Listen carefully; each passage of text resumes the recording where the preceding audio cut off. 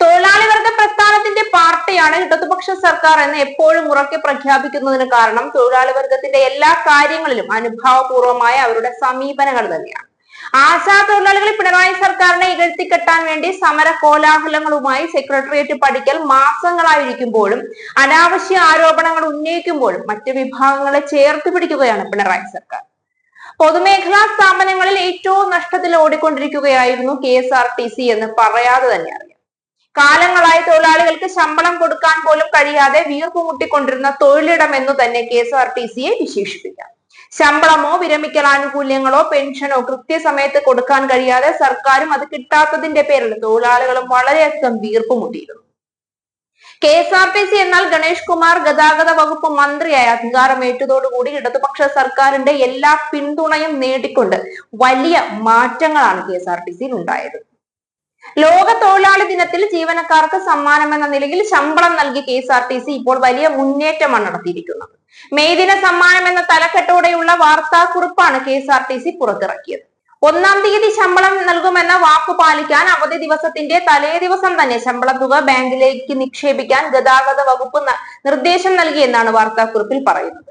വാർത്താക്കുറിപ്പിന്റെ പൂർണ്ണ രൂപം ഇങ്ങനെയാണ്: ലോക തൊഴിലാളി ദിനത്തിൽ KSRTC ജീവനക്കാർക്ക് മെയ് ദിന സമ്മാനമായി ശമ്പളം.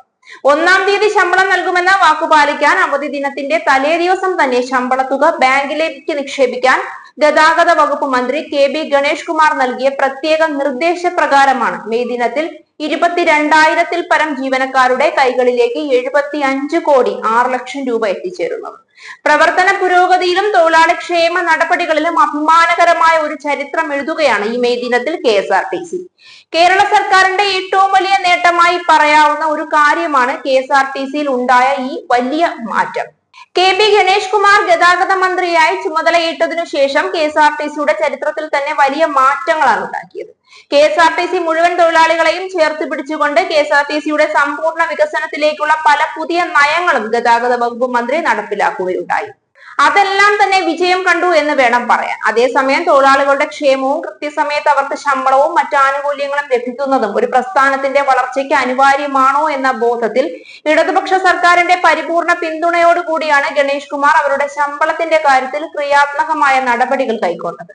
ശമ്പളം വൈകുമ്പോഴും കോർപ്പറേഷൻ നഷ്ടത്തിലാകുമ്പോഴും കോർപ്പറേഷന്റെ വികസനത്തിന് വേണ്ടി സർക്കാരിനോടൊപ്പം കൈകോർത്ത് നിൽക്കുന്ന തൊഴിലാളികളെ പല അവസരത്തിലും അനുമോദിക്കാനും അഭിനന്ദിക്കാനും സർക്കാർ മറന്നതുമില്ല എന്നത് ഇതിനോടൊപ്പം ചേർത്ത് വായിക്കേണ്ട കാര്യമാണ്.